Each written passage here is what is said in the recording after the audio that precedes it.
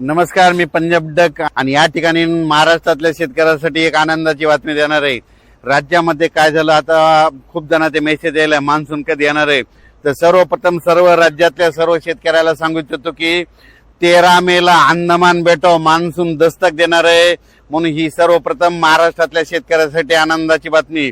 13 मेला मान्सून अंदमान दस्तक देईल आणि तिथून दिल्याच्या नंतर तुम्हाला सांगतो 13-14 पर्यंत 2-3 दिवस तिथं पडल्याच्या नंतर 10 दिवस केरळला यायला लागतात न ते 25-26 पर्यंत केरळ पर्यंत येईल आणि तिथून 10 दिवस म्हणजे 7-8 जूनला महाराष्ट्रात मान्सून दाखल होण्याचे चान्सेस म्हणजे चिन्ह दिसत आहेत। म्हणून ही सर्वप्रथम शेतकऱ्याची आनंदाची बातमी। दरवर्षीप्रमाणे यावर्षी जवळपास 8 दिवस पाऊस लवकर येत आहे, म्हणजे मान्सून अंदमान बेटामध्ये लवकर जवळपास 8 दिवस येत आहे। दरवर्षी मान्सून कसा असतो, कधी 20 मेला अंदमान बेटावर येतो, कधी 19 मेला येतो, कधी 21 मेला येतो, कधी 22 मेला येतो। पण यावर्षी जसं गेल्या वर्षी 12-13 मेला आलता, तसंच यावर्षी देखील 13 मेला मात्र अंदमान बेटावर मान्सून दस्तक देणार आहे। म्हणून ही सर्वप्रथम महाराष्ट्रासाठी, देशासाठी, आंध्र प्रदेश, तामिळनाडू, कर्नाटक, केरळ, महाराष्ट्र या राज्यासाठी आनंदाची बातमी।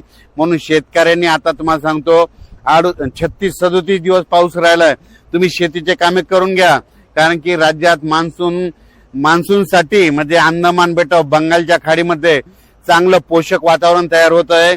नसता तुम्हाला एक सांगू इच्छितो 20 मे पर्यंत ते वातावरण तयार होत नसतं, पण या वर्षी जवळपास न काय होणार आहे, 10 मे पासून तिथं हालचाली चालू होणार आहे आणि 13 मेला मात्र अंदमान बेटावर मान्सून दस्तक देईल, मान्सून दाखल होणार।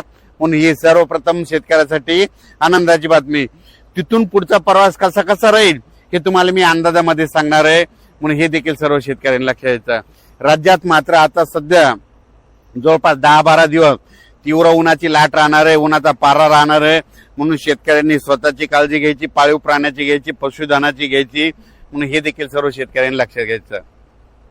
आणि त्याच्यानंतर एक महाराष्ट्रातल्या शेतकऱ्याला बरेच फोन आले, ऊस उत्पादक शेतकऱ्याचे फोन आले की अवकाळी एखादा मे मध्ये येणार आहे का। तर तुम्हाला सांगू इच्छितो मे मध्ये देखील काय होणार आहे, एक अवकाळी येणार आहे, पण ते काही भागातच पडणार आहे।